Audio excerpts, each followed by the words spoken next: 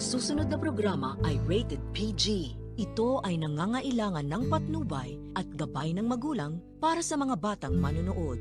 Ang aking panasal, sana sa lahat ng hiling, sa hirap man o sa saya. Matapos maipamukha ni Carlos kay RJ na wala daw itong kwentang ama kay Zoe, ay kinumpronta niya naman si Annalyn at tinanong ito kung bakit daw ba ayaw niyang tantanan ang kapatid niya at gigil na gigil daw ito kay Zoe. Sagot naman ni Annalyn na gusto niya lang naman daw kasi talagang malaman kung ano ang tunay na nangyari sa lolo Pepe nila. Ngunit ito namang kumag na si Carlos ay bumuwelta na naman na mukhang hindi daw yun ang purpose ng batang doktora. Dahil ang gusto daw nito ay patunayan sa lahat na tama siya nang hindi man lang iniisip ang pupwedeng maging consequences ng mga ginagawa niya.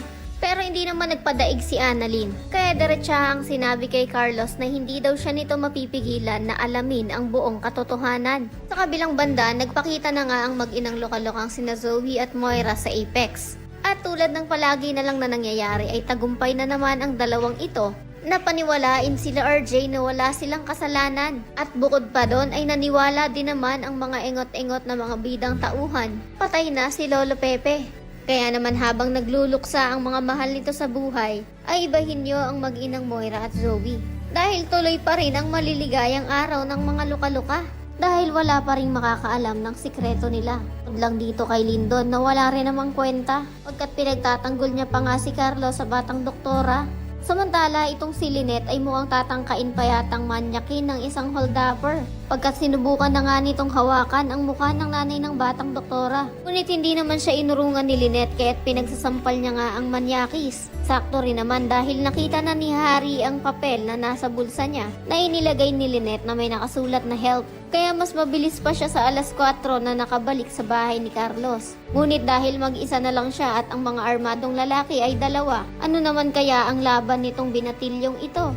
Baka hindi pa nga mag-alinlangan ang dalawang holdupper na patayin siya para wag lang mabulilyaso ang trabaho nila. Ano na lang kaya ang mararamdaman ni Carlos at magiging reaksyon nito kapag nalaman niya na si Moira pala ang mastermind ng panloloob sa pamamahay niya at pagkamatay ni Harry kung sakali. Yan ang mga dapat nyo pang abangan. Yan naman kung isa ka rin sa mga nagnanais na wag naman sanang mapahamak itong si Harry, ay pakiclick naman ng like at subscribe button. Maaari ka rin mag-iwan ng komento sa ibaba para sa iyong mga saloobin at suggestion.